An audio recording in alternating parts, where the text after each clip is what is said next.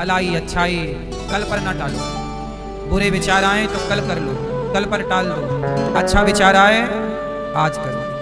काल करे सो आज कर, आज करे सो अब। पल में प्रलय होएगी, बहुरी करेगा कब। अच्छा विचार आए तो आज कर लो, क्योंकि कल तक ये विचार रहे ना रहे। और बुरे विचार आए तो कल पर टाल दो। आज करे सो काल कर, काल करे सो परसों। जल्दी जल्दी क्या करता है, जिंदा है अभी वर्षों।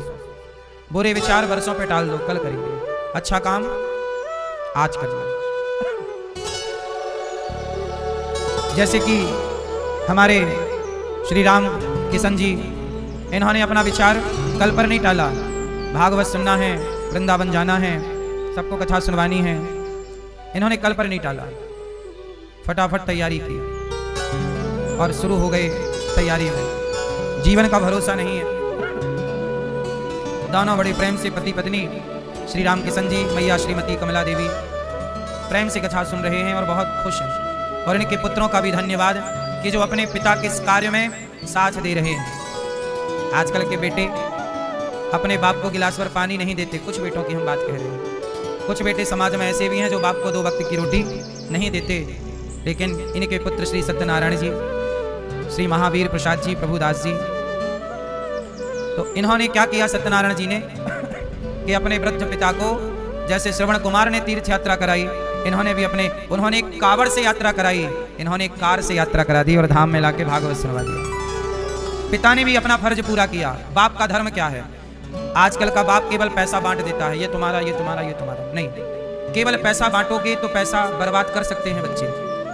लेकिन इन्होंने अपने पुत्रों को धन तो दिया बंटवारे में, लेकिन भागवत भी दे दी कि चलो 7 दिन तीनों बेटे चलो भागवत सुनना। और भागवत के संस्कार, वैसे भी इनके संस्कार इनके बच्चों में हैं, पर पिता का धर्म यही है कि वो अपने बच्चों को केवल दौलत नहीं, संस्कार भी बंटवारे में दे करके जाए कि बेटा ये संस्कार मेरा वाला, अब तू संभालना। मेरे द्वार से कभी कोई भूखा नहीं गया, पर अब दौलत का नहीं। बाली का एक पावन चरित्र आपको सुनाऊं। बाली जब मरे तो बाली जब मरा तो बाली ने मरते समय, मरने से पहले अपने पुत्र का हाथ पकड़ा। बाली के पुत्र का नाम क्या था? क्या नाम था? अंगद। बाली का बेटा अंगद। अंगद का हाथ पकड़ा किसने? बाली ने। मैया, ओ पंचायती मैया सुन लो मेरी माँ। बाली का हाथ पकड़ा, बाली ने अंगद का हाथ पकड़ा और राम जी के हाथों में रख दिया। हे राम, आज से मेरा बेटा आपका।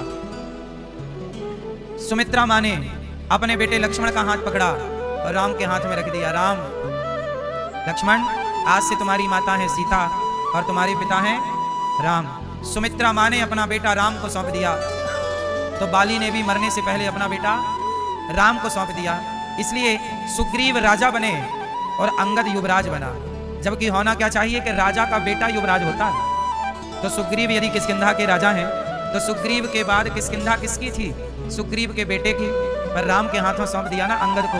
तो राम जी ने कहा, सुग्रीव, जब तक आप जिंदा हैं तो आप राजा बनिए किष्किंधा के, लेकिन आपके बाद आपका बेटा राजा नहीं बनेगा। बाली ने मरते समय अपने पुत्र को मुझे सौंपा है और जो मेरी शरण में आता है मैं उसे राजा ही बनाता हूं, ऐसे राजा बनाना। माम एकम शरणम व्रज। यदि तू मेरी शरण में है तो राजा से नीचे का तो मैं कोई प्लान ही नहीं करता। भगवान अपने भक्त को राजा के नीचे कोई प्लान नहीं करते। राजा की तरह राजयोग होता है जीवन में। जहां भी रहोगे राजा की तरह बिंदास, रानी की तरह। कब? जब शरण प्रभु की। इसलिए मेरी माँ, जैसे बाली ने अपना पुत्र सौंप दिया राम को, ऐसे श्री राम किशन जी, कमला देवी मैया, इन्होंने अपने पुत्र को भगवान के चरणों में समर्पित कर दिया। और जो भगवान में समर्पित है उसकी चिंता उसे नहीं है, उसकी चिंता फिर भगवान को है, क्योंकि तुम समर्पित हो ना, आश्रित हो। तो पुत्र श्री सत्यनारायण जी, महावीर जी, प्रभुदास जी, सरजू देवी जी, मुनिया देवी जी, गायत्री जी, पोते पवन कुमार जी, भुवनेश जी, सूरज जी, अक्षय जी, रूपदास जी, भाई घनश्याम जी, संतोष देवी जी और चंचल देवी जी, ममता देवी जी, खरियानी भी, खरियानी भी है, खारियानी भी, खारियानी हैदराबाद। तो इसमें लिखा गलत है ना, इसलिए हम कंफ्यूज हो जाते हैं। आकाश, आकाश जी कौन है? पोता, कहाँ है? अच्छा ये आकाश, तो ये हमारे श्री राम किशन जी की पुता है। भगवान पूरे परिवार को सुखी और स्वस्थ रखें। अभी भागवत जी के पोथी पाठ 27 जनवरी से होंगे। आप लोग भी अपने पूर्वजों के लिए पितरों की सदगति हेतु भागवत जी के पोथी पाठ करवा सकते हैं और इस सुंदर से भागवत जी के अनुष्ठान से अपने आप को जोड़ सकते हैं। जीवन में भागवत जरूर सुननी चाहिए। कल हम लोगों ने सुना कि हाँ बेटा, कौन चिल्ला रहा है गुरु जी? सुनो, कल भगवान ने क्या कहा? शंकर जी ने खूब समझाया, माता सती को नहीं समझी, परीक्षा लेने गई, भस्म हो गई, पार्वती बनकर प्रकट हुई और शिव पार्वती का विवाह हुआ। ये मनु जी की 3 बेटियां हैं, आकुति, देवहूति, प्रसूति, जिनकी कल आपने कथा सुनी। मनु जी के 2 बेटे हैं, प्रियव्रत, उत्तानपाद। उत्तानपाद की 2 पत्नियां हैं, सुनीति और सुरुचि। सुनीति के पुत्र हुए हैं ध्रुव, सुरुचि के पुत्र हुए हैं उत्तम। ध्रुव नाम का एक छोटा सा बालक था, बहुत छोटा बालक है, 5-6 साल की आयु है। माँ तो मिल गई है पर पिता खोजे मिल नहीं रहे। ध्रुव जी बार बार अपनी माँ से पूछते हैं, माँ मेरे पिता कौन है? माँ मेरे पिता कौन है? सब बच्चे कहते हैं कि ये मेरे पिता हैं, ये मेरे पिता हैं। माँ मेरे पिता कौन है? माँ ने कहा कि बेटा तेरे पिता यहाँ के जो राजा हैं उत्तानपाद, वो तेरे पिता हैं। तो माँ जब ये पिता हैं मेरे, तो ये मुझे मिलते क्यों नहीं? तो माँ ने कहा कि बेटा तेरी जो दूसरी माँ है, मतलब सौतेली माँ, जो तेरी दूसरी माँ है, पहले राजाओं की बहुत सारी पत्नियां होती थी। तो सुनीति बोली कि जो तेरी सौतेली माँ है, वो तेरी सौतेली माँ तुझे और मुझे पसंद नहीं करती। तेरे पिता से कह के उन्होंने मुझे घर से निकलवा दिया है। तो वो तो महलों में रहते हैं और हम ऐसे ही खंडहर महलों में रहते, खंडहर स्थान पर। और राजा के बगल में रानी बैठी थी। अब ध्रुव जी तो बालक थे, चले गए। सभा लगी थी, लोग बैठे थे और बच्चा तो बच्चा है, चला गया। और चला गया, सब देखते रह गए। अच्छा, सबको पता था कि ये राजा का ही बेटा है, इनकी बड़ी पत्नी का पुत्र है, मेरा बाप है। उत्तानपाद कुछ बोले नहीं, वो बालक बोलता रहा, पिताजी आप मुझे भूले तो नहीं? आप मुझे जानते हैं ना? आप कहिए ना कि आप मेरे पिता हैं, सबको बताइए मेरे पिता हैं। मेरे दोस्त पूछते हैं कि तेरा पिता कौन है, मैं क्या बताऊं?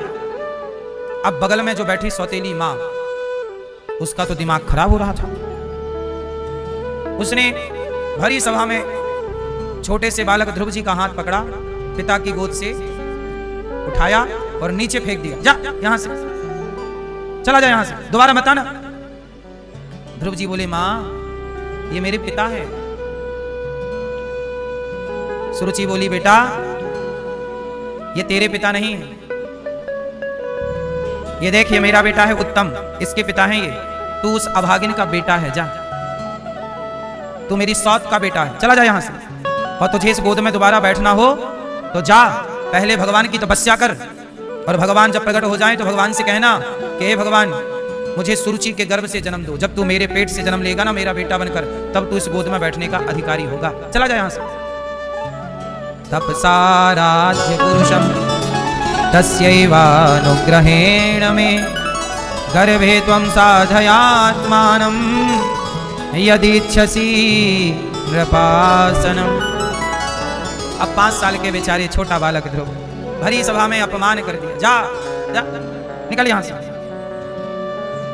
ध्रुव जी अपने पिता की ओर देखते रहे कि चलो माँ तो सौतेली है, बाप तो सौतेला नहीं है। चलो माँ का तो स्वभाव है कि सौतेली है तो वो यही व्यवहार करेगी, लेकिन बाप तो मेरा है। पर ध्रुव जी अपने पिता की ओर देखते रहे। पिता ने एक शब्द नहीं कहा। चाहते तो उत्तानपाद कह सकते थे कि देवी वो मेरा बेटा है, पर जब पक्ष नहीं लिया 5 साल के बच्चे को का, तो ध्रुव जी रो पड़े। और रोते रोते ध्रुव जी अपनी माँ के पास चली गई। माँ बाहर आई, क्या हुआ? जोर जोर से रो रहे हैं ध्रुव जी। तभी कुछ लोग आए, ध्रुव जी कुछ बोल ना पाए। माँ बार बार पूछे, बेटा क्या हुआ, बेटा क्या हुआ? ओ पंचायती मैया, ये अभी आई वही वाली है, आते ही प्रपंच चालू, चुपचाप बैठ नहीं सकती मेरी माँ। देखो तुम्हारे चक्कर में हमने कछा रोक के तुम्हें बात की ना, आप लोग समझते ही नहीं। आएंगे 4 लोगों को हिलाएंगे, मैं आ गई देख, मैं आ गई।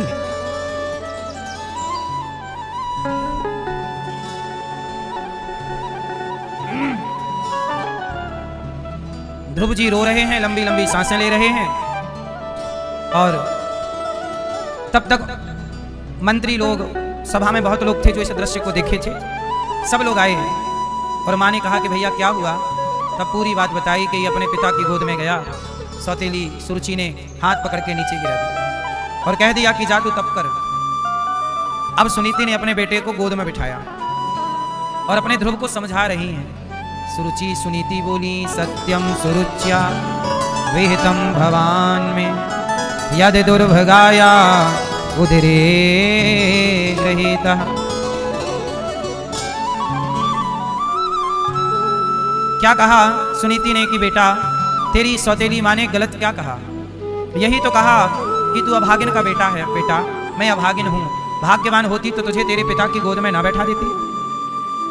तो ऐसा कर, तेरी माँ ने क्या कहा कि तू तप कर, तू ऐसा कर, तू जा और जा करके तप कर।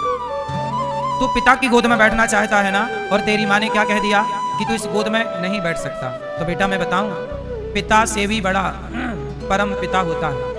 यदि तूने परम पिता की गोद प्राप्त कर ली तो फिर तुझे किसी की गोद में बैठने की आवश्यकता नहीं पड़ेगी, तू जा तप कर बेटा। अब ध्रुव जी बोले, माँ ये परम पिता क्या होता है? 5 साल की तो है माँ, ये परम पिता कौन है? तब सुनीति ने कहा, बेटा ये भगवान है, जा तू भगवान की गोद में बैठ। ध्रुव जी बोले, माँ ये भगवान कहाँ मिलते हैं, कहाँ रहते हैं, कैसे मिलेंगे, कहाँ है उनकी गोद? परंतु माँ वो तो मेरे पिता है ना, तो मुझे तो पिता की गोद में बैठना है। तब माँ ने कहा कि बेटा तेरे असली पिता भगवान है। सुन, तेरे असली पिता कौन है? भगवान है।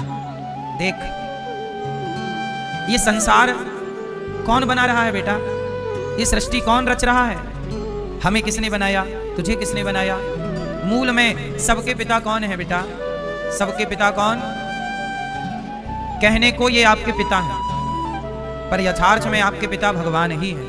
ये बात सही है कि गलत है? इसलिए कहते हैं त्वमेव माता च पिता त्वमेव, त्वमेव बंधु च सखा त्वमेव, त्वमेव विद्या द्रविणं त्वमेव, त्वमेव सर्वं मम देव देव, त्वमेव माता। आप कौन है हमारे? हे प्रभु आप हमारे माता हैं, आप ही पिता। अच्छा एक बात बताओ मैया, आपके इस धरती पर कितनी बार जन्म हुए जरा मुझे बताओ। आप लोग इस धरती पर कितनी बार, आपकी यात्रा कब स्टार्ट हुई, कब आए? करोड़ों जन्मों से हम इस यात्रा में हैं। मेरा करोड़ों बार धरती पे जन्म हो चुका, करोड़ों बार मैं जन्म लेकर के मर चुका। आप लोग भी इस धरती पे करोड़ों बार आए गए, जन्म लिया फिर मर गए, फिर जन्म लिया, फिर यही चल रहा है, जन्म मृत्यु जन्म। कभी कुत्ता बनकर, कभी बिल्ली बनकर, कभी कॉकरोच बनके, कभी नाली का कीड़ा बनके आते रहे जाते रहे, आते रहे जाते रहे, आते रहे जाते रहे। चलती चक्की चलती रही और दाना पिसता रहा। चलती चक्की देख कर दिया कबीरा रोए, 2 पाटन के बीच में साबुत बचाना। जन्म मृत्यु का पहिया ऐसा चला, सब पिस रहे हैं, हाँ या ना? पर उस चक्की में एक बीच में कील होती है। यदि दाना कील के पास चला गया तो कितनी भी चक्की चले वो दाना नहीं पिसता। चलती चक्की चलने दे, पिस पिस आटा होए, कीले माही जो रहे, बाल न बांका होए। बस आपके करोड़ों बार जन्म हुए, करोड़ों बार आप मरे, लेकिन याद रखिएगा कि जिस योनि में, जिस जन्म में भगवान की शरणागति, भगवान की शरण में चले गए तो जन्म और मृत्यु से छुटकारा तब मिलेगा जब भगवान की शरण में चले जाओगे। एक कील के पास दाना चला गया तो पिसेगा नहीं, जो एक हरि की शरण में चला गया वो 84 में पिसेंगे नहीं। इसलिए मेरी माँ, आप लोगों ने 84 लाख योनियां पार की हैं और ये करोड़ों बार जन्म मृत्यु का चक्र आपके जीवन में, मेरे जीवन में चला। अब मौका मिला है, अब कल्याण करने के हम बिल्कुल मोक्ष के कदम पास हैं, एक कदम की दूरी है। अब भी इस शरीर को पाकर, सत्संग को पाकर, वृंदावन पाकर, भागवत पाकर भी अब कल्याण नहीं किए तो जन्म मृत्यु चलता रहेगा। पुनरपि जननम पुनरपि मरणम पुनरपि जननी जठरे शयनम। अच्छा मैया एक बात बताओ, ये बात सही है कि गलत है कि आप लोग करोड़ों बार आए और मर चुके? ये सही है कि गलत है? हाँ कि ना? अच्छा ये बताओ, जब करोड़ों बार आप आए तो आपके करोड़ों पिता हो गए कि नहीं? क्योंकि हर जन्म में कोई पिता और हर जन्म में कोई माँ। बोलो हाँ। इसका मतलब ये हुआ कि आपके करोड़ों जन्म हो गए तो करोड़ों बार आपके पिता बदल गए, करोड़ों बार माँ बदल गई, करोड़ों बार पति बदल गए, करोड़ों बार पत्नी बदल गई, करोड़ों बार स्थान बदल गए। हाँ है ना, जन्म स्थान सब करोड़ों बार बदला, लेकिन एक चीज नहीं बदली एक भी बार। कौन? संसार के पिता बदलते रहे। हाँ या ना? लेकिन यथार्थ में जो वास्तविक आपका पिता है, पहला पिता, सच बताओ आप किस पिता से प्रकट हुए हैं? ये जो आपका पिता है, जो आपके पिताजी हैं, ये आपके पिता आपके आत्मा के पिता हैं कि शरीर के पिता हैं? ये किसके पिता हैं? ये आत्मा के पिता नहीं है। लेकिन सच बताओ आपके अंदर जो आत्मा है वो आपके पिता का अंश है कि ईश्वर का अंश है? आत्मा वही जायते पुत्रः कहते तो हैं, लेकिन एक बात बताएं, जो आत्मा है वह किसका अंश है? ईश्वर का। ईश्वर अंश जीव अविनाशी चेतन अमल सहज सुख राशि। किसका अंश है? तो सच बताओ आपके एक पिता तो ये हो गए जिन्होंने आपको पाला पोसा, लेकिन एक पिता भगवान है। तो ज्यादा अधिकार किस पिता का है आप पर? इस पिता पर कि उस पिता पर? किस पिता का ज्यादा अधिकार है आप पर? ये वाला पिता ज्यादा अधिकार दिखाता, तू मेरा बेटा है, तू मेरी बेटी है, चल यहां वाला पिता ज्यादा अधिकार दिखाता है, लेकिन वास्तविक में अधिकार इस पिता का है ही नहीं, उस पिता का अधिकार ज्यादा है। इसलिए वो वाला पिता जब बुला लेता है आपको जाना पड़ता है, और ये वाला पिता रोता रह जाता है। बोलो हाँ। ये वाला पिता रोता रह जाता है और वो वाला पिता जब बुलाता है तो आपको, जब उस पिता ने भेजा तो आ गए, उस पिता ने बुलाया तो चले गए। ये पिता कुछ नहीं कर सकता जब आप जाओगे तो। सही है कि गलत है? इसलिए इस पिता से उस पिता का अधिकार ज्यादा है। क्यों? क्योंकि इस पिता ने, ये पिता निमित्त बना, पर वास्तविक में आपके शरीर का, जीवन का निर्माण किसने किया है? इस पिता ने कि उस पिता ने? हाँ? किसने? इसने, उसने। आपकी आंख इस पिता ने बनाई कि उस पिता ने? कान इस पिता ने बनाए कि उस पिता ने? तो फिर आप किसकी संतान कहलाए? हाँ, यहां वाला तो झूठ ही कहता है कि ये मेरा है। अच्छा सच बताओ आप में से कितने पिता हैं यहां पर? अर्थात जिनका बच्चा है वो हाथ उठा सकते हैं कि पिता आप बन चुके हैं आपके पुत्र पुत्री, बेटा बेटी, कुछ भी।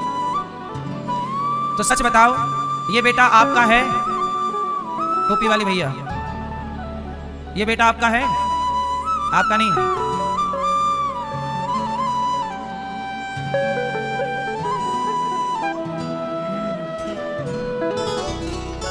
सच्चाई यही है, लोग यही कहते हैं ये मेरा बेटा है, ये मेरी बेटी है, पर आप कहते हो ये बात व्यवहार में कही जाती है कि ये मेरा बेटा। कहना भी पड़ेगा। आधार कार्ड में यही लिखा है, नहीं लिखा पिता का नाम, तो आधार कार्ड के हिसाब से तो ये अपना बेटा है,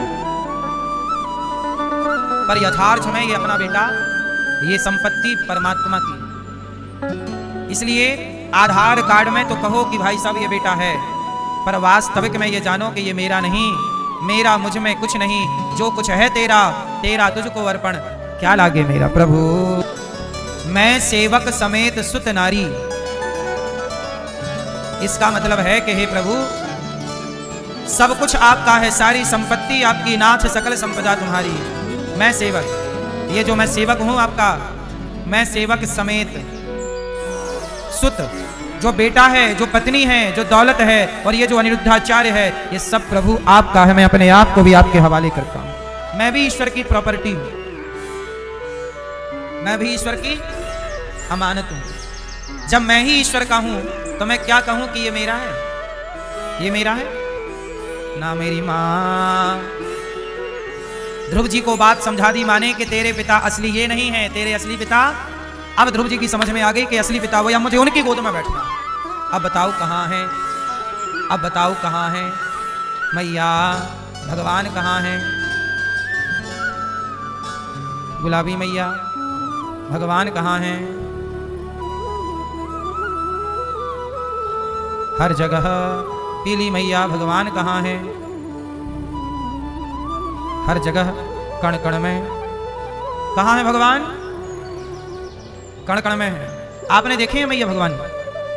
आपने ये वाली मैया नहीं, लाल मैया आपने भगवान देखे? हरी मैया चश्मा वाली आपने भगवान देखे? आपने भगवान देखे कि ना? भाई आपने भगवान देखे? हाँ या ना? माँ ने कहा बेटा भगवान कहाँ नहीं है, कण कण में। तो ध्रुव जी ने कहा माँ भगवान मिलेंगे कैसे? अच्छा ये बताओ भगवान मिलते कैसे हैं? कैसे कैसे मिलते हैं भगवान?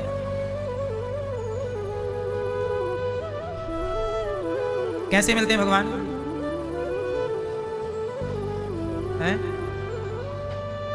हाँ, भाव से मिलते हैं भगवान। किससे मिलते हैं? जैसे मक्खन चाहिए तो कैसे मिलेगा? मक्खन चाहिए, मक्खन चाहिए तो दही का मंथन कीजिए। मक्खन चाहिए तो दही का मंथन कीजिए। जैसे दही के मंथन से मक्खन मिल जाता है, ऐसे भक्ति करिए, भगवान से प्रेम करिए तो भगवान भी मिल जाएंगे। ध्रुव जी से माँ ने कहा जा बेटा तू प्रेम कर, भगवान का चिंतन कर, तप कर, तप के बल से भगवान मिलेंगे। ध्रुव जी चल पड़े। अब ये तपस्या का मार्ग कौन सुझाएगा? तो नारद जी मिल गए, मंत्र दे दिया ओम नमो भगवते वासुदेवाय। और ध्रुव जी इस ओम नमो भगवते वासुदेवाय किस पावन मंत्र का ध्रुव जी ने प्रेम से जाप किया। क्या किया? ध्रुव जी ने जाप किया। कहाँ जाप किया? यहीं वृंदावन ब्रजमंडल में, मधुवन में। और जब जाप किया 3 दिन में एक बार खाते और मंत्र जपते ओम नमो भगवते वासुदेवाय, ओम नमो भगवते वासुदेवाय। चिंतन भगवान का कर रहे हैं। फिर 6 दिन में एक बार खाते हैं, 9 दिन में एक बार। 5 माह पूरे हुए, 6ठा महीना लगा कि ध्रुव जी ने पांव के अंगूठे के बल पर खड़े होकर तपस्या स्टार्ट कर दी। आजकल का व्यक्ति तप नहीं करना चाहता। आज भी बहुत लोग भगवान का नाम जपते हैं, लेकिन नाम जप के भी कहते हैं कि भगवान का कोई अनुभव नहीं हुआ, साक्षात्कार नहीं हुआ। क्या कमी रह गई कि सपने में भी दर्शन नहीं हुआ? तो एक बात बताएं, जाप करने का भी एक नियम है कि आप तो जाप करिए, पर जो आपका चित्त हो वह पवित्र हो, निर्मल हो। कैसा हो? चित्त कैसा हो? निर्मल हो। निर्मल मन जन सो मोहि पावा, मोहि कपट छल छिद्र न भावा। यदि निर्मलता है, अब देखो आप माला जप रहे हैं पर ईर्ष्या कर रहे हैं किसी से, छल कर रहे हैं किसी के साथ, निंदा चुगली कर रहे हैं, वो माला जप रहे हैं, तो इस माला का कोई लाभ थोड़ी है मेरी माँ। स्वभाव निर्मल हुआ क्या? छल कपट मिटाए क्या? लोग कहते हैं कि हम तो लहसुन प्याज भी नहीं खाते, लहसुन प्याज नहीं खाते, पर 2-2 घंटे चुगली करते हैं। हम ये नहीं कहते कि लहसुन प्याज खाओ, तामसी है इसलिए लोग नहीं खाते, लेकिन हम एक बात कहते हैं कि बड़े बड़े पाप करें, बोलो बड़े बड़े, और छोटे करत लजाएं। छोटे पाप करने में शर्म आती नहीं जी। हम तो चाय नहीं पीते, और चाय नहीं पीते परंतु पड़ोसन को ताकते रहते हैं।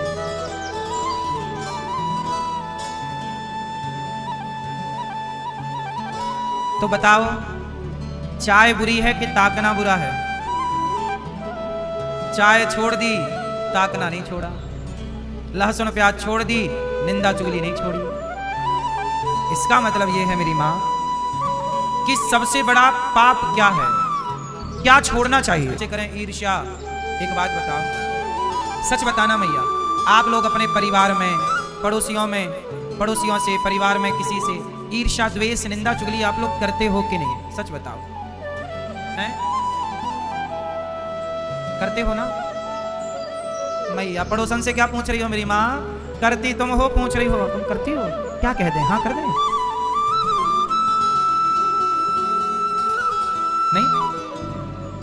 नहीं करती हो? अच्छा एक बात बताओ, तुम किसी की निंदा करती हो या करते हो तो मुझे एक बात बताओ मैया, मेरा पड़ोसी जो कमा रहा है, खा रहा है, वो अपने भाग्य का ही तो कमा और खा रहा है। आप लोग अपने भाग्य का कमा खा रहे हैं। एक ही मोहल्ले में कोई बहुत अमीर रहता है तो कोई बहुत गरीब रहता है, सब अपने अपने भाग्य का। तो जब वो अपने भाग्य का कमा खा रहा है, तुम अपने भाग्य का कमा खा रहे हो। किसी के भाग्य में सुख है तो किसी के भाग्य में दुख है, तो सब अपने अपने भाग्य का कमा खा रहे हो। तुम क्यों किसी से जल रहे हो, द्वेष कर रहे हो? अरे उसने तो बड़ी तरक्की कर ली, साहब तुम भी कर लो ना। कौन तुम लंगड़े हो? तुम्हारे भी तो पांव हैं। तुम जल क्यों रहे हो उसकी तरक्की से? हमारे देश के लोग दूसरों की तरक्की से जलते बहुत हैं, खुद कुछ नहीं करेंगे और कोई कुछ कर रहा है तो उसे बदनाम करेंगे। जितना टाइम दूसरों को नीचा गिराने में खर्च करते हो, उतना समय अपने को ऊपर उठाने में लगाते तो आप बहुत ऊपर उठ जाते। लेकिन पूरी एनर्जी लोगों को गिराने में लग रही है कि उसे गिराया कैसे जाए। एक गांव में एक आदमी लालटेन लेके आया। ये उस जमाने की बात है जब पहला पहला लालटेन लॉन्च हुआ था। नया नया लालटेन। लालटेन जानते हो? कांच लगा रहता था, अंदर बत्ती थी, जला दो। तूफान में भी जलता था वो। तूफान में भी एक आदमी लाया लालटेन और आंगन में लटका दिया। अब उसके चारों ओर प्रकाश ही प्रकाश। उस जमाने में जब लाइट वाइट का जमाना, पुरानी बात, एक आदमी लालटेन लाया। अब गांव भर के लोग लालटेन देखने आए। भाई ये लालटेन क्या होता है, देखें चलो। सब लोग आए और जब सब लोग आए तो देखा कि उसके आंगन में प्रकाश था। लग ही नहीं रहा था कि रात हो गई, क्योंकि पहला पहला प्रकाश देखा था इस तरह का। दीपक को तो छाया चाहिए, पर लालटेन तो हवा में भी चल रहा है। तो वो आंगन में लटका और चारों ओर प्रकाश फैला रहा था।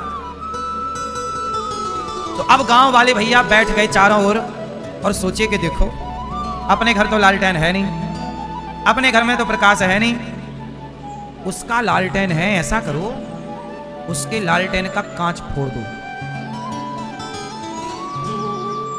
तो अपना भी अंधकार है, उसका भी है, क्योंकि उसका प्रकाश चुभ रहा है। आजकल लोग अपने अंधकार से परेशान नहीं है, दूसरों के प्रकाश से परेशान है। तुम प्रकाशित क्यों हो? एक जुगनू के पीछे सांप पड़ गया। जुगनू समझते हैं? इतना सा एक कीड़ा होता है, वो चमकता है। पहले बहुत दिखता था गांव खेड़े में, अब तो कम दिखता है। जुगनू, उसका पीछे का हिस्सा ना बिल्कुल प्रकाश ऐसे जैसे बल्ब जल रहा हो, उसे जुगनू कहते हैं। आप में से कुछ लोगों ने देखा होगा। एक जुगनू था, उस जुगनू के पीछे सांप पड़ गया। जुगनू आगे आगे भागे, सांप पीछे पीछे भागे। बड़ी देर बाद जुगनू ने सांप से कहा कि भाई साहब, जुगनू ने कहा सांप भैया, मैंने तुम्हारा क्या बिगाड़ा जो तुम मेरे पीछे भाग रहे हो, मुझे मारना चाहते हो? सांप ने कहा कि देख जुगनू, मेरी तेरे से कोई वैसे वास्तविक दुश्मनी तो नहीं है, लेकिन तू जो चमक रहा है ना, तेरी चमक से मैं परेशान हो रहा हूं। तू चमक क्यों रहा है, इसलिए तुझे मारना चाहता हूं। आजकल लोग परेशान क्यों हैं? दूसरों की चमक से, दूसरों की तरक्की से, दूसरों के उत्थान से। इसलिए मेरी माँ, अब गांव वालों ने प्लान किया कि चलो, या तो ऐसा करो कि अपन लोग भी सब लोग लालटेन ले आए। तो सब लोग लालटेन लाने की क्षमता में नहीं थे, तो जब अपना नहीं आ रहा है तो ऐसा करो, इसका भी कांच तोड़ दो। अब जब वो सो गया तो दूर से ये पत्थर निशाना लगा रहे गांव वाले।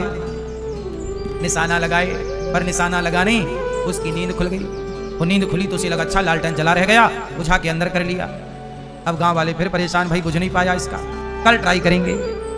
कल फिर उसका लालटेन जलाइए, फिर कर रहा भाई और कर। हमारे भाग्य में जितना था, हमें राम के भाग्य में वनवास था तो वनवास चले गए नहीं। हाँ, कोई धनवान है, कोई कंगाल है, क्या बताएं। अपने कर्मों का फल सब पाए। ये संसार है, एक धनवान है एक कंगाल है, क्या बताएं। अपने कर्मों का फल सब पाए। एक अमीर एक गरीब, कौन जाने कौन किस भाग्य का खा रहा है, इसलिए हम कौन होते हैं किसी को कुछ कहने वाले। आप तो बिंदास रहा करो, आप जितना आपको दिया ईश्वर ने उसमें आप खुश रहा करो। आप ये मत कहा करो कि उसके पास ज्यादा है कि कम। हम कैसे हैं, बस हम नमक रोटी खा रहे हैं, खुश रहो। हलवा पूरी खा रहे हो, खुश रहो। एक बाप की दो बेटियां हैं, तो कोई बेटी अमीर है तो कोई बेटी एक हंस रही है। एक ही बाप की दो बेटियां, और बाप ने बड़े अच्छे से अपनी ओर से तो उसने कोई कसर कोई कमी ना छोड़ी, पर हर बेटी को अपने भाग्य का सुख दुख मिलना है। कितने भी अमीर के घर ब्याह दो और कितने गरीब के घर ब्याह दो, यदि उसके भाग्य में सुख है तो गरीब अमीर होकर सुख भोगेगा, और भाग्य में दुख है तो अमीर गरीब होकर दुख भोगेगा। और दर्शन करने भगवान ने ध्रुव जी के लिए हरि अवतार धारण किया। ध्रुव जी के लिए भगवान क्या बने, क्या बने, हरि। और हरि अवतार लेकर भगवान ने ध्रुव जी की रक्षा की, ध्रुव जी ने दर्शन किया। अच्छा, ध्रुव जी स्तुति करना चाहते हैं पर पढ़े लिखे तो है नहीं, तब भगवान ने शंख का स्पर्श गालों में कराया, ध्रुव जी को दिव्य ज्ञान हो गया। अच्छा एक बात बताओ, भगवान ज्ञान देना चाहें तो मूर्ख भी ज्ञानी हो सकता है कि नहीं। मूकम करोति वाचालम पंगुम लंघयते गिरिम यत्कृपातमहं वन्दे परमानंदम माधवम। भगवान कृपा करें तो गूंगा भी बोलता है और लंगड़ा भी पहाड़ लांघ जाता है। क्यों? कृपा। अच्छा मैं ये एक बात बताओ, कहते हैं ना भाग्य में होगा तो मिलेगा। सबसे बड़ा क्या है कोई चीज बड़ी? जोर से हाँ या ना। ना मैया, क्या बोलती तू? भाग्य से बड़ा कुछ है? आप बताओ, रोटी किसकी खाती हो? अपने पीछे वाली मैया, टोपी वाले दादाजी। किसकी रोटी खाते हो? पीछे वाली मैया, लाल मैया। किसकी रोटी? मैया। मेरे भाग्य में तो अचार रोटी भी नहीं है, मेरे भाग्य में तो चटनी रोटी भी नहीं है, मेरे भाग्य में तो भूखों मरना लिखा है। लेकिन मेरे प्रभु की कृपा है कि उन्होंने पेट भर भोजन दिया है, उन्होंने धाम का वास दिया है। वृंदावन का वास मुझे भाग्य से नहीं मिला, भगवान की कृपा से मिला है। मुझे भोजन भाग्य से नहीं मिलता, भगवान की। भाग्य से बड़ा क्या है? कृपा। सच बताओ, सुग्रीव और विभीषण, विभीषण के भाग्य में लंका थी क्या? विभीषण के भाग्य में तो रावण के लात लिखे थे। और आखिरी में मेरे धाम आएगा, ध्रुव लोक तेरे लिए मैं तैयार कर रहा हूं। जब ध्रुव जी घर गए तो जिस पिता ने गोद में ना बैठने दिया, जिस माँ ने अपमान किया, आरती लेके खड़ी है वो माँ। ध्रुव जी को राजा बना दिया गया, ध्रुव जी का विवाह हुआ, जीवन में गृहस्थ में रह के खूब सुख लिया, आनंद लिया। और आखिरी में मृत्यु के सिर पर पांव रख के साथ शरीर ध्रुव जी भगवान के धाम चले गए। ध्रुव जी कहाँ गए? आज भी ध्रुव तारा बन के चमक रहे। बाप भी इतना नहीं देता जितना भगवान देते हैं, इसलिए अपने असली पिता को पहचानो। तुम्हारा ये वाला बाप कितना देगा, ये वाले पिता के पास ज्यादा है, इसलिए इनकी शरण में आओ, फायदे में रहोगे। सुदामा जी आए, इतना दे दिया कि सुदामा मांगते तो मांग भी ना पाते इतना। बोलो हाँ। ध्रुव जी महाराज बड़े प्रेम से भगवत धाम गए। इन्हीं के वंश में भगवान पृथु हुए, पृथ्वी का दोहन किया, 10,000 कान मांगे, और प्राचीन वरही की पावन चर्चा है। एक बार क्या हुआ, मेरी माँ मनु जी महाराज के दूसरे बेटे हैं प्रियव्रत, जिनका विवाह विश्वकर्मा की पुत्री से हुआ। इनके वंश में आगे चल के भगवान ऋषभ देव जी हुए, जहां से जैन परंपरा स्टार्ट हुई। जैन धर्म कहां से आया, जैन परंपरा कहां से आई? सनातन से ही जैन परंपरा प्रकट हुई। भगवान ऋषभ देव जी जैनों के 24 तीर्थंकर में एक तीर्थंकर हैं, और भगवान के 24 अवतारों में एक अवतार भगवान ऋषभ देव जी। तो जैन परंपरा और सनातन परंपरा ये अलग अलग नहीं है। अब आजकल अलग अलग कुछ लोग मान लेते हैं, लेकिन है सब ये एक ही, थोड़ी सी विचारधारा अलग है। पूजा की पद्धतियां अलग अलग हैं, पर परंपराएं दोनों एक है। सनातन की मूल 4 परंपराएं, पता है आपको?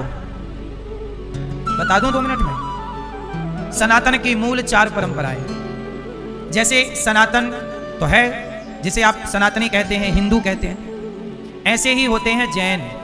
सनातनी ही जैन है। सनातन की एक धारा जैन है, उस सनातन की एक दूसरी धारा सिख है। जो सिख भाई हैं वो सनातन की ही एक धारा है, क्योंकि गुरुवाणी में भी कई बार भगवान राम का, कृष्ण का, भगवान विष्णु का, हरि का नाम भी मिलता है और जिक्र भी मिलता है। बोलो हाँ। और हमारे सनातन में मूल क्या है? प्रणव, ओम। बोलो हाँ। तो जैनों में भी ओम है। जैनों में भी क्या है? ओम। वो ओम को मानते हैं, प्रणव को। और सिख भाई भी ओम को मानते हैं। आपने देखा होगा सिखों के गुरुद्वारा में ओम बना रहता है, बनाने का तरीका अलग है पर है वो ओम। तो सनातन की एक धारा है जैन, एक धारा है सिख। सिख भी सनातनी है, जैन भी सनातनी है। और सनातन की तीसरी धारा है बौद्ध। कौन? बौद्ध। चाइना में बौद्ध हैं, भूटान में बौद्ध हैं, कितने देश हैं, इंडोनेशिया में बौद्ध हैं, अधिकाधिक बौद्धों के देश हैं। पर वो बौद्ध परंपरा निकली कहां से? जो अपने को बौद्ध कहते हैं वो बुद्ध भगवान किसी भूमि पर तपस्या किए हैं, भारत की भूमि पर। सनातन की ही एक धारा है बौद्ध। अब बौद्ध लोग अपने को सनातन से अलग कहने लग गए कुछ लोग, जबकि मूल में क्या है?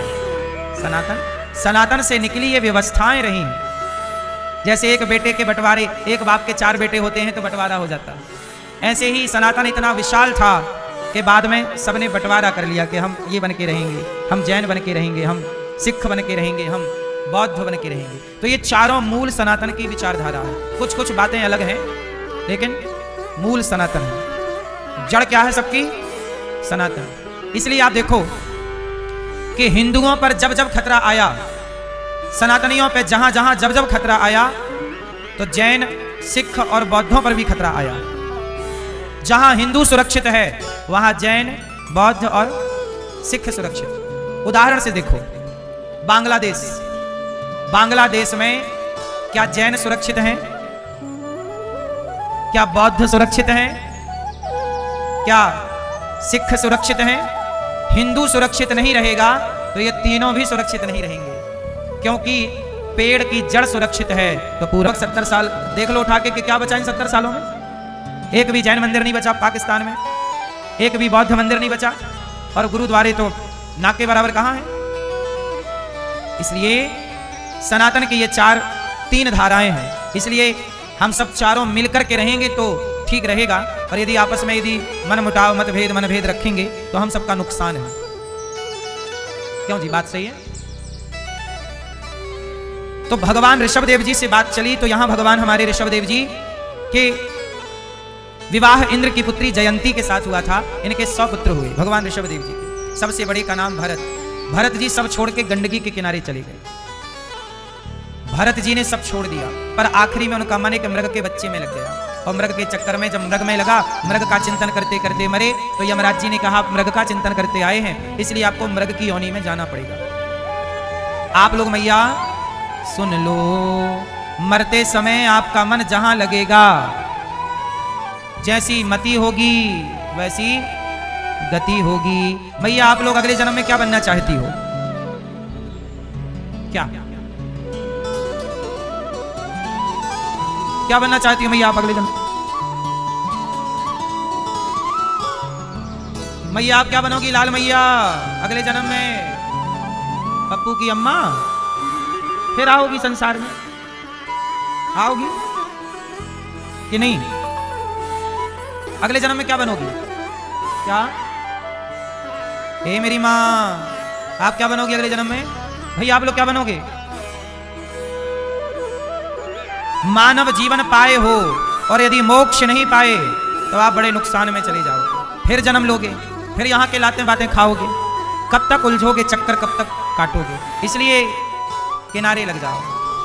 एक आदमी सड़क के बीच में साइकिल चला रहा था, ट्रक वाला पीछे से आया, ए साइकिल किनारा पकड़, मरेगा, बीचों बीच चल रहा है। साइकिल वाला साइकिल छोड़ा, हरिद्वार चला गया। लोग पूछे काहे आ गए? बोले ट्रक वाले ने ज्ञान दे दिया कि बीचों बीच चलेगा तो मरेगा, किनारा पकड़। तो मुझे लगा समय हो गया है किनारा पकड़ने का, सो किनारा पकड़ लिया। अब जिनके बाल सफेद हो चुके हैं, सच्चाई तो यही है कि उन्हें किनारा पकड़ लेना चाहिए, लेकिन वही लोग बीच में बीचों बीच चल रहे हैं। जिन्हें किनारा पकड़ लेना चाहिए वही बीचों बीच झूल रहे हैं। किनारा पकड़ोगे पार लगोगे। अब ये जिंदगी पाए हो, मोक्ष और पा लेना, वरना आप फेल हो जाओगे। क्या हो जाओगे? फेल। वो नहीं देख रहा पर तुम तो पीछे भाग रहे हो क्योंकि तुम्हारा मोह है। अब रोते रहो फिर। बेटा बेटी पलट के देख नहीं रहे और तुम भागे जा रहे हो। इतना करो कि प्राण जब निकले तो भगवान हो। कौन हो? मेरी मां। भगवान का दरस परस हो, प्राण जाए। बस यही जीवन की सार्थकता। भरत जी ने एक मृग से मोहब्बत कर ली, मरते समय मृग का चिंतन। यमराज जी ने कहा चलो मृग बन के जाओ। आप लोग ना यहाँ वहां दिल ना लगाना। मरते समय कोई कहता मेरा बेटा कहाँ, मेरा पोता कहाँ, इन्हीं में उलझे रहोगे। सारी जिंदगी तो इन्हीं को देखा है, अब कोई याद ना रह जाए। मरने से पहले सब भूल जाओ, केवल एक याद रहे, भगवान। क्या याद रहे? राधा रानी से मिलना बड़ा जरूरी, श्यामा प्यारी से मिलना बड़ा। किससे मिलोगे? भगवान से मिलना, और किसी से। भरत जी मृग बन के आए, तीसरा जन्म मृग का हुआ। अब मनुष्य का जन्म पाया, राजा रहुगण को ज्ञान दिया और रहुगण के ज्ञान के बाद भगवत धाम की प्राप्ति हुई। अच्छा मैं एक बात बताओ, मरता कौन है? शरीर की आत्मा? कौन मरता है? शरीर मरता है? शरीर मरता है? बोलो हाँ कि ना। कौन मरता है? शरीर कितनी चीजों से मिलकर बना है भैया? 5 कि 10? क्या क्या मिलके बना है? पृथ्वी, जल, वायु, अग्नि, आकाश। 5 तत्वों को मिलाए तो क्या बना? अच्छा एक बात बताओ, जब आदमी मरता है तो चिता पे जलाते हैं कि नहीं, या जमीन पे गाड़ते हैं? तो जमीन पे गाड़ो या चिता पे जलाओ, चिता पे जलाने से क्या होता है? 5 तत्वों का शरीर पुनः 5 तत्वों में मिल जाता है। जैसे माटी से घड़ा बना, घड़ा टूटा तो माटी का घड़ा टूट के माटी में मिल गया। माटी कहां मिल गई? माटी कहां? माटी में मिले माटी, पानी में पानी। ये तो कहानी तेरी, ये है कहानी। माटी में क्या मिली? अच्छा शरीर कितनी चीजों से बना? तो पृथ्वी तत्व पृथ्वी में मिला, बोलो हाँ। जल तत्व जल में मिला, बोलो हाँ। वायु तत्व वायु में। शरीर मरा थोड़ी, वो तो 5 तत्वों से बना था और 5 में। अब मरा कौन? यही हम कंफ्यूज हैं, थोड़ा आप लोग हमें समझाओ। इतनी देर से हमने आपको समझाया, अब हम थोड़ा कंफ्यूज हैं। मरा कौन? आप लोगों ने बोला ना मरना पड़ता है, जरा हमें बताओ मरा कौन? कौन मरा भैया? ये चश्मा वाले भैया हमारे, कौन मरा बताओ जरा, हमें कंफ्यूजन हमारी मिटाओ। कौन मरा? शरीर तो 5 तत्वों से बना था भैया, आपने बताया, वो 5 में मिल गया, तो मरा कौन? क्यों दादाजी? 5 से बना शरीर 5 में मिल गया। घड़ा बना माटी से और टूट के माटी में मिल गया, तो क्या घड़े को यह कहा जाएगा कि घड़ा मर गया? कौन मरा? कौन मरा? मन नहीं, माया मरी न मन मरा। अब बताओ मरा कौन? कौन मरा? सच्चाई बताऊं, कोई नहीं मरता है, नहीं मरता कोई। तो फिर क्यों कहते हैं लोग मर गए? एक्चुअली क्या है, कई बार आपको ना रस्सी में सांप दिख जाता है। सांप सांप सांप सांप। रस्सी में क्या दिखा? रस्सी में क्या दिखा? अच्छा एक बात बताओ, रस्सी में सांप था क्या? रस्सी में सांप नहीं था, पर दिखा कि नहीं? और भ्रांति हुई कि नहीं? बोलो हाँ। रस्सी में सांप दिख जाए तो आप डर जाते हैं, सांप है सांप, वहां मत जाओ सांप। रस्सी में सांप है नहीं, पर दिख रहा है। क्यों दिख रहा है? क्योंकि सामने ना तो पूरा अंधकार है ना तो पूरा, जैसे रस्सी में सांप है नहीं, अंधकार से दिखा, ऐसे मरता कोई है नहीं। अज्ञान के कारण ऐसा लगता है कि हम मर गए। अज्ञान से मृत्यु नजर आती है, जबकि ज्ञान की आंखों से देखोगे तो वो मरना नहीं है, वो मिलना है। बोलो मिलना। अच्छा एक बात बताओ, मरने की तारीख को मरने की तारीख कही जाए कि मिलने की तारीख कही जाए? मिल गए। लोग नहीं कहते पंच तत्व में लीन हो गए, विलीन हो गए। अर्थात आज हम मरेंगे, मतलब आज हमारी भेंट किससे होनी है? हाँ, राधा रानी से मिलना। वो मिलोनी मतलब मिलना, मीटियो। हाँ या ना? मिल रहे? बोलो हाँ। अज्ञान से लोग कहते हैं मर गए, मर गए, मर नहीं गए, मिल गए। तो मेरी माँ, अच्छा मुझे एक बात और बताओ कि स्वर्ग नरक कौन जाता है? आत्मा, शरीर, कौन? भूत प्रेत डाकनी पिशाचिनी। मैया कहां चली मेरी माँ?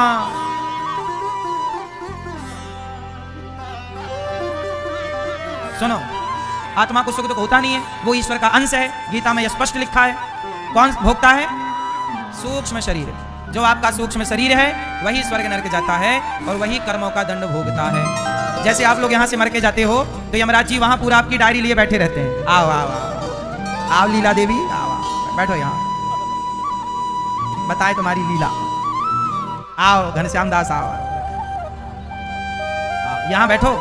यमराज जी बिठाते हैं, फिर डायरी निकालते हैं, बोले देखो तुमने ये पाप किया, ये पाप किया, ये फलानी तारीख को 2015 में 5 जनवरी को ये वाला पाप किया था, 2010 में 12। तो आप लोगों को पाप जो हैं उनको भोगने के लिए नरक भेजा जाएगा। 28 प्रकार के नरक होते हैं। कितने तरह के नरक होते हैं? रौरव, महारौरव, कुंभी, पाक, अंध्रता, मिश्र। ये नरकों में बड़ी बड़ी कढ़ाइयां होती हैं, तेल उबल रहा होता है। जैसे तुम मछली छौंकते हो ना, ऐसे तुम्हें भी छौंक दिया जाता है। तुमने किसी जीव की हत्या की है ना अपने स्वाद के लिए, तुम्हें भी कढ़ाई में तला जाएगा, फ्राई किया जाएगा। आप लोग खाते हो मांस सांस, अंडा वंडा? अंडा खाते हो? ए भाई बहन, अंडा खाती हो? सही नहीं। यदि जो मांस वांस खाते हैं उनको ना रौरव नरक में तलाया जाता। चलो मस्त फ्राई कढ़ाई में। पाप किया भोगेगा कौन? तुम्हारा बाप थोड़ी भोगेगा जो तुमने किया।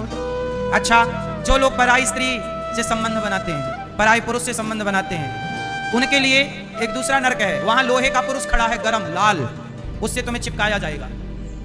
स्त्री ने अपने पति को धोखा दे दिया, पराई मर्द के संग भाग गई, उस नारी को वहां लोहे के पुरुष से चिपकाया जाता है और पुरुष को लोहे की स्त्री से। लो भैया तुम भाग रहे थे, चिपको यहाँ। वहां नरकों में ये सब व्यवस्थाएं हैं। जैसे आप धोखा देते हैं तो 28 प्रकार के नरकों में एक नरक तुम्हें भी मिलेंगी। तुम्हें क्या लगता है हमने कर लिया बम? कुछ बम नहीं। ये सब नरक की यातनाएं भोगने के बाद फिर थोड़ा बहुत पाप रह जाता है, तब यमराज जी आपको 84 लाख योनियों में भेज देते। जाओ कुत्ता बनो, बिल्ली बनो। जैसे कुत्ता बन गए आप। कुत्ता कौन बनता है? जो आदमी बेईमानी करता है, पैसे लेके नहीं देता, पैसे लेके मुकर जाता है, धोखा देता है रिश्तों में। ये आदमी देखो, जो बेईमानी करेगा। अच्छा, कुत्ता ईमानदार होता है कि बेईमान? हाँ, जो बोया था अब जो किया होगा अब। इसलिए न देना दोष किस्मत को, विपत्ति तो सब पे आती है। विपत्ति आएगी तो रोना मत, क्योंकि तुमने किसी के साथ छल किया है, तुम्हारे संग होगा। हमने बताया ना कि गुरु द्रोणाचार्य ने छल किया एकलव्य के साथ। आप नाम जपो और आश्रित भगवान की रहो। भगवान को याद रखो, भूल ना जाओ। अजामिल का उद्धार हो गया। वृत्तासुर की कथा है, वृत्तासुर का उद्धार हुआ, देवराजेंद्र के हाथ थमाया गया। एक भक्त हैं भगवान के, प्रहलाद। प्रहलाद जी छोटे से बालक हैं, हाँ या ना? छोटे से बालक प्रहलाद जी। और प्रहलाद जी भजन कर रहे हैं। हिरण्यकश्यप बोलता है भजन अजन ना करो। बाप ही दुश्मन बन गया प्रहलाद जी का। प्रहलाद जी के पिता क्या बन गए? सोचो कि जब घर पे दुश्मन हो और दुश्मन पिता हो तो वहां भक्ति कैसे हो सकती है? पर परिस्थितियां विपरीत हों तो भी भजन करे वो प्रहलाद जी। आज आपकी परिस्थिति इतनी विपरीत नहीं है। जब यह देश गुलाम था ना, तब कीर्तन पे पाबंदी थी, कीर्तन नहीं कर सकते, भजन। पहले सब लोग प्रभात फेरियां निकालते थे। मुगलों ने, अंग्रेजों ने सब बंद करा दी। अब तो मुगल अंग्रेज भाग गए, अब तो शुरू कर लो। लेकिन नहीं, अब नहीं, अब भी शुरू नहीं।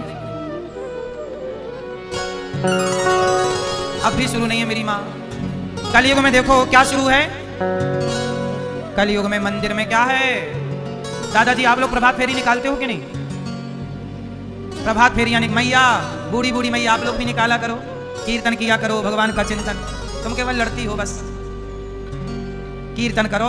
पुरुषों की प्रभात फेरियां चलें, स्त्रियों की चलें, क्या काम है बुढ़ापे में? और किसी काम के तो हो नहीं, बुढ़ापे में बताओ क्या एक्सपायरी डेट चल रही है, और क्या काम है बताओ? अब कीर्तन करो, भजन भगवान का कीर्तन, बच्चों को संस्कार दो। कलयुग में क्या है, कलयुग में मंदिर में, आपके अगल बगल कोई मंदिर है तो आप लोग मंदिर में जाते हो आरती के टाइम शाम को? नहीं जाते। मैया कष्ट दिया, होलिका गोद में लेकर बैठ गई पर होलिका जल गई। जब भगवान बचाएं तो कोई मारे कैसे? मेरी माँ। प्रहलाद के पिता बोल रहे हैं कहां तेरा भगवान? प्रहलाद जी बोले पिताजी न केवलम में भवतश्च राजन सबई बलम बलिनाम चापरेशम, कहां नहीं है मेरा भगवान? हिरण्यकश्यप बोला मुझे तो नहीं दिखता। प्रहलाद जी बोले वो आपके बस के नहीं है, आपको नहीं दिखेंगे। हिरण्यकश्यप ने तोड़ दिया खंबा, यदि हैं तो देखो मैं कहां है। प्रहलाद ने कह दिया था कि खंबे पर भगवान है, तो भगवान उस खंबे से प्रकट इसलिए हुए कि प्रकट ना होते तो भक्त का विश्वास टूट जाता, और भगवान कभी अपने भक्त के भरोसे को टूटने नहीं देते। प्रहलाद ने कहा कि भगवान है, खंबे से प्रकट हो गए। प्रहलाद के वचन को सत्य कर दिया। भगवान अपने भक्त को बढ़ाते हैं। तूने जो कहा है मैं तेरे वचन की रक्षा करूंगा, मैं तुझे झूठ सिद्ध नहीं होने दूंगा। भक्त की लाज रखते हैं, जैसे द्रौपदी की लाज बचाई कपड़ा बढ़ाकर, ऐसे प्रहलाद के वे वचनों की लाज बचाई खंबे से प्रकट होकर के। लाज वहां भी बची, लाज हाँ पूरा है भरोसा मेरी हार नहीं होगी। इसलिए भगवान पे भरोसा पक्का करो मेरी माँ। मंत्र जाप मम दृढ़ विश्वास। प्रहलाद जी के पिता को भगवान ने पकड़ा। हिरण्यकश्यप बोला आप कौन है? भगवान बोले तेरी मौत। हिरण्यकश्यप बोला मैं मरूंगा नहीं। क्यों? ना दिन को मरूं ना रात को। भगवान बोले ना दिन है ना रात, शाम का टाइम। बोले ना अस्त्र से मरूं ना शस्त्र से। भगवान बोले ये नाखून मैंने फैशन में नहीं बढ़ाए।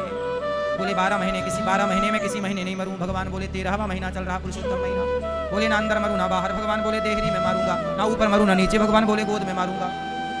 अब बोल कितना होशियार बनते हैं आप, लेकिन मौत से बच ना पाओगे। कितना भी कुछ कर लो पर मौत तो।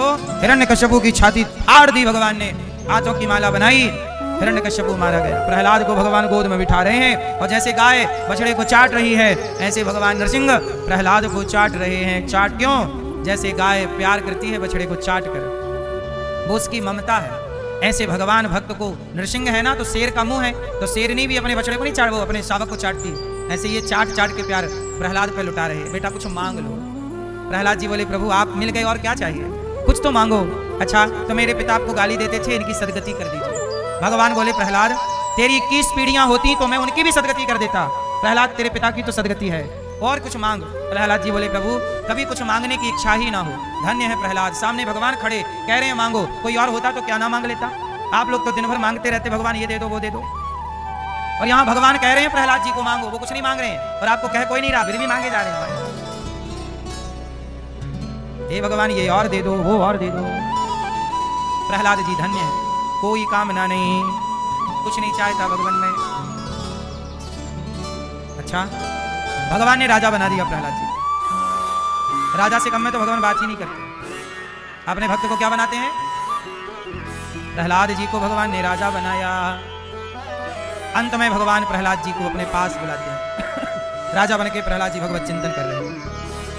राजा बनके भी उन्होंने पुण्य नहीं छोड़ा, भगवान का भजन नहीं छोड़ा। भगवान का चिंतन करो मेरी माँ। एक बार एक हाथी का पांव मगर ने पकड़ लिया। हाथी ने पुकारा, भगवान ने हाथी की रक्षा की। समुद्र मंथन हुआ। समुद्र मंथन में भगवान ने 3 अवतार धारण किए, धनवंतरी कच्छप मोहिनी। कितने अवतार लिए भगवान ने? समुद्र मंथन में क्या निकला सबसे पहले? जहर, विष, हलाहल। क्यों निकला? मानो ये कहना चाहता है मंथन कि कोई भी काम करोगे सबसे पहले असफलता का जहर निकलेगा, लेकिन असफलता का जहर पी गए तो बाद में सफलता का अमृत भी निकलेगा। कोई व्यक्ति काम करता है तो पहली बार में सफलता, पहले जहर ही हाथ लगता है, असफलता का जहर। लेकिन आप करते रहो तो आखिरी में क्या? सफलता। आजकल लोग हार जाते हैं, क्या असफल हो गए अपने, पर प्रयास ना छोड़िए, कोशिश ना छोड़िए। आज असफलता मिली है तो कल सफलता की संभावना है। क्यों भैया? ओ पंचायती दोस्त, ओ प्रपंची, हो गई पंचायत भैया? और कर लो थोड़ी सी और बात और चीत का मजा लीजिए, बात और चीत का मजा लीजिए, थोड़ी बातचीत का मजा लीजिए। हाँ भैया, हम थोड़ा वहां क्या देखने लगे तुम यहां चालू हो गई। मैया सुन लो मेरी माँ। समुद्र मंथन, पहले जहर निकला, बाद में गैया निकली। गाय कहां से निकली? जोर से। इसलिए गाय के दूध को अमृत कहा गया। आज हमारे देश में कुछ लोग गाय का मजाक बनाते हैं, कहते हैं तुम तो गाय का मूत्र पीते हो। तो बताओ, हमारे सनातन में गौमूत्र पीने की परंपरा है कि नहीं? इन गधों को समझाए कौन कि गौमूत्र हमारे यहाँ यज्ञ जब होता है तो पंचगव्य पिया जाता है। क्या पिया जाता है? क्या होता है पंचगव्य? आप बताओ। आप लोग अपने बच्चों को ना ये सब बताना भूल गए, तो सब भूल गई परंपराएं। कितनी चीजों से पंचगव्य बनता है, हैं? क्या क्या आप बताओ। नहीं? गाय का दूध, गाय का घी, गाय का दही, गौमूत्र और गाय के गोबर का रस, पंचगव्य गाय की 5 चीजें। और देसी गाय, ये जब तक आप नहीं पिएंगे तब तक आप यज्ञ करने के अधिकारी। ये सनातन की ताकत है। लेकिन अब इसका लोग मजाक उड़ाते हैं। अपने धर्म का, अपनी संस्कृति का मजाक उड़ाओगे तो उड़ा लो, पाओगे क्या? कोई बेटा अपने बाप का मजाक उड़ाए तो उसे समझदार तो नहीं कहा जाएगा, नालायक कहा जाएगा। बोलो हाँ। पंचगव्य गाय के मूत्र में, दुनिया में केवल गाय ऐसी है जिसका मूत्र बाजार में बिक रहा। किसी भी मेडिकल में आपको गौमूत्र मिल जाएगा। मतलब कुछ तो वैज्ञानिकों ने भी सर्च कर ली और पता लगा लिया गौमूत्र में बल है। कैंसर जैसी बीमारियों को समाप्त करने की ताकत यदि किसी में है तो डॉक्टर भी कहते हैं गौमूत्र पियो। हाँ या ना? खत्म हो ना हो, कंट्रोल रहेगी। इसलिए गौमूत्र, गाय कहां से निकली है? अमृत जहां से निकला समुद्र मंथन। इसलिए गायों को संतों ने लिया। इसलिए आज भी हमारे देश के संतों ने गायों को बचा रखा है। कल मेरे पास कुछ भाई लोग आए यहीं मथुरा से। क्या होता है कि जैसे आजकल आप लोग बीमार पड़ जाते हैं ना, तो 108 पे फोन लगाते हैं तो 108 आ जाती है, एम्बुलेंस आ जाती है ना, ले जाती है। एक बात बताओ, कई बार गाय ना सड़कों में आपको तड़पती मिलती है। सड़क पे खड़ी रहती है, ट्रक वाला धक्का मार के चला जाता है, उसके पांव टूट जाते हैं। अब वो गाय ना बेचारी पड़ी है। कई बार कुछ लोग गाय पे अटैक कर देते हैं, मार देते हैं, सड़क पे तड़पती रहती है। लेकिन गाय के लिए कौन सी एम्बुलेंस आती है कोई व्यवस्था? कल मुझे यहाँ कुछ लोगों ने बताया कि गौ माता सड़कों पे तड़पती दिखती है। कल यहाँ गौ माता के कुछ सेवक आए थे, नौजवान आज के लड़के। बोले गुरुजी, हम गाय की सेवा तो करते हैं, सड़कों से उठा उठा के गौशालाओं तक गाय पहुँचाते हैं। जिसके पाँव टूट गए, जिसका बीमारी है, उसके लिए एम्बुलेंस चाहिए। तो हमने कहा चिंता ना करो, एक एम्बुलेंस बनवा करके गौ माता को समर्पित करेंगे। एक नहीं, 2 एम्बुलेंस बनवाएंगे गायों के लिए। तो अभी हमें 2 एम्बुलेंस बनवानी है गायों के लिए कि सड़क पे कोई गाय पड़ी हो तो उसे तुरंत एम्बुलेंस जाए, उठा के लाए और उसका उपचार हो, वरना तड़प तड़प के मर जाएगी। कौन देखता है आजकल? आप लोग बताइए, सड़कों में कई बार घायल गाय पड़ी मिलती है कि नहीं? हाँ या ना? कहाँ से आएगी एम्बुलेंस? कौन सोच रहा है? इसलिए कल उन बच्चों ने मेरे से कहा कि आप एम्बुलेंस की व्यवस्था कराइए। तो अब यहाँ पर 2 एम्बुलेंस की व्यवस्था मैं चाहता हूँ कि आप सब थोड़ा सहयोग करें। तो 2 एम्बुलेंस इसलिए कि एक एम्बुलेंस यदि गाय की सेवा में लगी है और इमरजेंसी कोई दूसरी गाय को जरूरत पड़ गई तो दूसरी एम्बुलेंस भी पहुँच सके। एक एम्बुलेंस कहीं दूर है तो दूसरी भी दूसरी जगह पहुँच सके और गाय की सेवा रक्षा कर सके। कई बार क्या है ना, कसाई लोग गाय को ले जाते हैं और यदि वो पकड़े जाते हैं, कुछ हमारे गौरक्षक होते हैं जो पकड़ लेते हैं कि ये गाय को काटने ले जा रहा, तो छुड़ा लेते हैं। तो वो ना भागने के लिए गाय को चलती गाड़ी से फेंक देते हैं। जैसे पिकअप वगैरह में गाड़ी भर ली और काटने ले गए कसाई लोग, तो जब देखे कि कोई गौरक्षक पीछे पड़ गया तो वो गाय को चलती गाड़ी से सड़क पर फेंक देते हैं।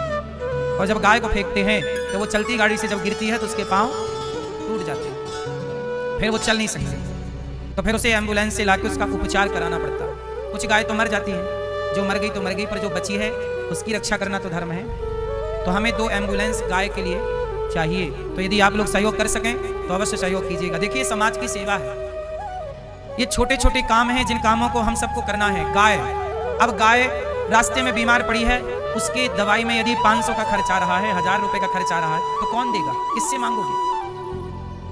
बताओ भाई, गाय की भी तो दवाई पैसों में आती है। गौरी गोपाल गौशाला में गाय है, अभी लंपी नाम की एक बीमारी गाय को हो गई है। कुछ गायों को लंपी हो जाती है, उसका इलाज ही एक गाय को 2-2, 5-5 हजार रुपया लग जाता है, और बीमारी बढ़ जाए तो 20 हजार रुपए गाय में लग जाता है। हमारी एक गाय है छोटी सी श्यामा, उसके पाँव में चोट लग गई, पॉइजन बन गया। डॉक्टर ने बोला कि पाँव काटना पड़ेगा। मैंने कहा नहीं, इसका पाँव ना कटेगा, आप तो ऐसे ही ठीक करो। उसके पाँव में सूजन रहती है, लंगड़ा के चलती है। आपको क्या बताएं, बताना नहीं चाहिए। उसके पाँव को ठीक करने के लिए मैंने उसे कई बार हॉस्पिटल में भेजा, जो गायों का हॉस्पिटल है। कई बार उसका ऑपरेशन कराया, उसके इलाज में लाखों से ज्यादा, मतलब 2-5 लाख रुपए लगा दिए एक गाय के इलाज में, केवल इसलिए कि उसका पाँव ना कटे। कैसे भी करके पाँव कटने से बचाओ, क्योंकि पाँव कट गया तो इसका, और वो अभी बचिया ही थी, मतलब अब जवान हो गई है, तो बचाओ, नहीं तो वो लोगों के हाथ लगे तो लोग काट के खा जाते हैं। सहज नहीं है ना मेरी माँ। गौरी गोपाल गौशाला में 425 गाय हैं, और गायों का बीमारी पड़ जाने पर गायों का इलाज कराना, समय समय पे गायों के टीके लगवाना, ये बीमारी का खुरपका ना हो, खुरपका हो जाता है, गायों को हो जाती है बीमारी। गायों की भी बीमारियां होती हैं, बैल भी, नंदी भी बीमार पड़ जाते हैं। सबका इलाज, समय से चारा, समय से भूसा। अब 2 एम्बुलेंस बनाना, अब घायल गाय आएंगी तो उनको इलाज कराना, गायों के इलाज में भी लाखों रुपए लग जाता है। कुछ गायों के ना भेली निकलने लगती है। भेली मतलब गर्भाशय, जैसे स्त्री का गर्भाशय होता है ऐसे गाय का भी गर्भाशय होता है।